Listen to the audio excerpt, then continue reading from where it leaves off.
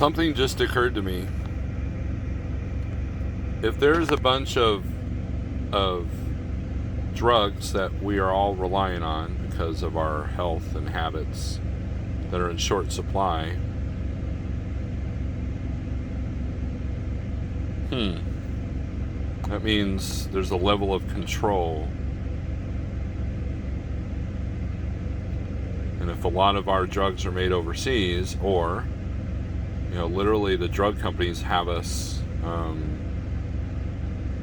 they literally decide who lives and who dies with how they supply the market. It's interesting. Food for thought.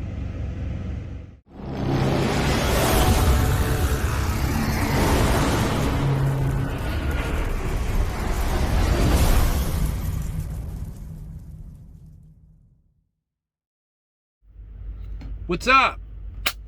What's up? Day 5 is in the books. This is going to be a short video today. Why? Because I only did 80 miles.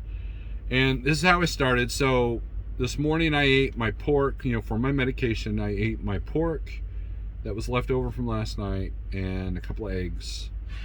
And then for a snack, about 3 o'clock, 2 or 3 o'clock, about noon I had some more eggs. And then at about 3 o'clock I snacked on some pork rinds. First thing I did this morning though, before I started my delivery, was I put some beef liver in the Hot Logic Mini, put some butter in there and some bacon. Why not? And it pretty much stayed in the Hot Logic up until about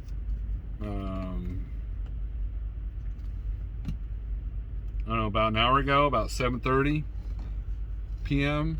So from like 9 o'clock to, and it's perfect, right? But I didn't eat it because a friend of mine here in Kansas City picked me up, and we went to the range, the Pew Pew range. And after we played with the tools and the freedom pills, we went and had dinner. And this is where eating out, I wanted this challenge. I wanted to, this is where Steve would have his little, I don't have to be 100% keto, right? We went to a steakhouse, and of course, the rolls are right there, and and the food's pretty good. I ordered a ribeye, and I gave my 2 sides to my friend, which was basically broccoli. He wanted 2 orders of broccoli, and then he gave me a little bit of his ribeye. So I was meated out and full, and I still am full. So I get in the truck, and I try the liver, make sure it tastes good. It's good. I checked the temp, everything was good. So that'll be breakfast tomorrow, the liver, at least part of it. But I'm finding myself being less and less hungry. And so far, knock on wood, I haven't had any ill effects. I think I've had too much coffee because I had the shakes a little bit while we were on the range. But that might have just been nervous, because I'm still nervous around these things. But we're getting better at that. I improved my tactics today, thanks to, some solid, direction. But that doesn't matter. You guys aren't here for that stuff. You're here to see how I'm doing with this carnivore thing. But day 5 is in the books. I resisted all temptation at the restaurant. I had tea. I did put a splash. I just realized I put a splash of lemon in the tea. Dang it! It was unsweet tea. And a ribeye, and like that much of prime rib, and that was it. That's all I ate. Eating out at a steakhouse and eating only the steak, that is expensive. I don't recommend doing that on a regular basis. But either way, it's been a good day. I resisted any temptation, and I have you, the viewers, to thank for that, because I'm like, no, I can't be honest. If I'm gonna have cheats and then say I've been carnivore, I can't do that. So,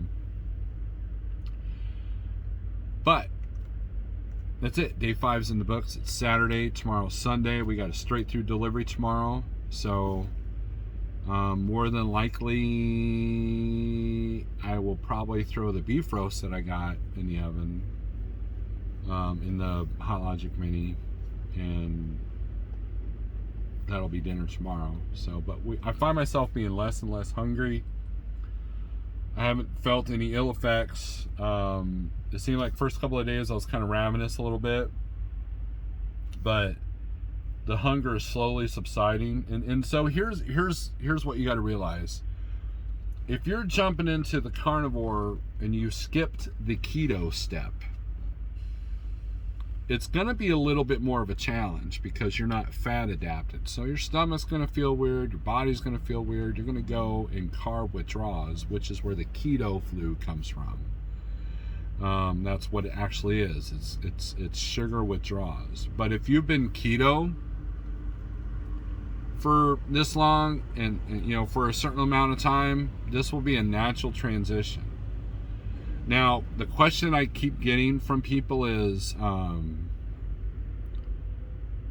won't the protein destroy your kidneys, or protein turns to sugar, Dr. Ken Berry on YouTube kind of explains a lot of the myths and everything.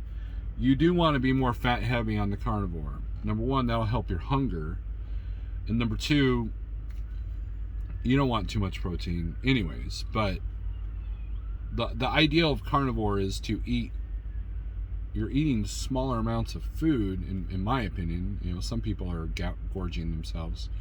You eat until you're full, right? But you notice yourself full. It takes less to make you full, if that makes sense, right? So that's the idea. So anyways, hit like, subscribe. I appreciate all the new viewers that I've acquired, and we're making this happen. I defeated temptation today of this big expensive steakhouse, and and it was cool hanging out with a friend. That's awesomeness of being a truck driver out here in the world today, is you network with people, and when you can meet up with them, it's cool. So with that being said, thanks for watching. Peace out.